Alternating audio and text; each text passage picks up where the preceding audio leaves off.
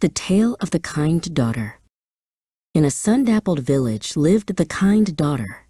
She was gentle and sweet, but her days were filled with chores for her cruel stepmother and the stepmother's daughter. She worked from the moment the rooster crowed until the moon shone high. One day, the stepmother sent both girls to the field stream to fish. "Whoever returns with the fewest fish will be punished," she warned. The kind daughter worked hard and filled her basket, but the stepmother's daughter played a wicked trick. "Wash the mud from your hair," the stepmother's daughter cried.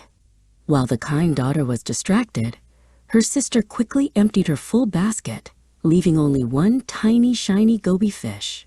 The kind daughter wept. Suddenly, the kind spirit, a gentle man with a quiet smile, appeared. "Do not cry, little one," he said.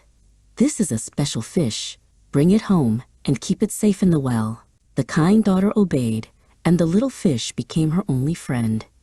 But the jealous stepmother soon discovered the secret and killed the poor goby, feeding it to the stepmother's daughter. The kind daughter cried again, and the kind spirit returned.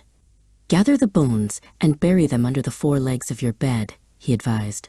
"They will bring you happiness." Soon a grand festival was announced, and the king himself would be there. The stepmother and her daughter went to the festival, but they forced the kind daughter to stay home, telling her to sort an impossibly huge pile of mixed beans and rice. She was heartbroken, but when she returned to her room, she found a magnificent dress and a tiny, shining slipper resting on her bed. The bones had kept their promise. She rode to the festival on a magical horse that appeared just for her. On the way, she lost one of her tiny slippers in a stream. The king's guard later found the precious slipper and presented it to the king, who instantly fell in love with its small, perfect shape. The king declared that the woman whose foot fit the slipper would be his queen. The stepmother's daughter tried and tried to force her foot, but it was too big. Then the kind daughter appeared, and the slipper slid on perfectly. The king made her his queen, and she lived happily in the palace. When the kind daughter returned home for a family gathering, the stepmother, full of dark envy, tricked her into climbing a tall, thorny betel tree, and then cruelly chopped it down.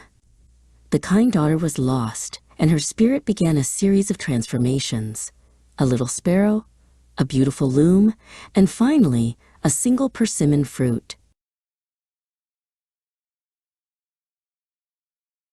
An old woman, kind and lonely, saw the beautiful persimmon fruit by the roadside and brought it home, placing it on her shelf. Every day, the house was mysteriously cleaned and food was prepared.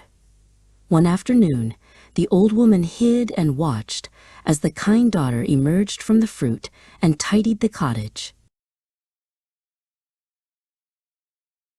Soon, the king visited the cottage and instantly recognized the kind daughter. She told him the entire story of the betrayal.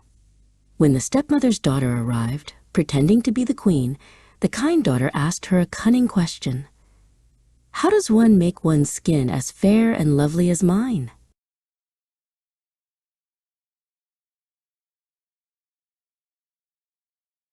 The stepmother's daughter, driven by greed for beauty, foolishly replied that she had to bathe in a tub of very hot water.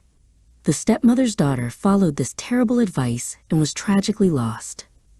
The king sent a small, strange gift to the stepmother, who opened it, realized the terrible truth of her own daughter's fate, and died of shock. The kind daughter and the king then lived out their days in peace, ensuring that cruelty never overcame kindness again. Thank you for listening to our story. If you enjoyed this tale, please like and subscribe to our channel for more exciting picture book adventures.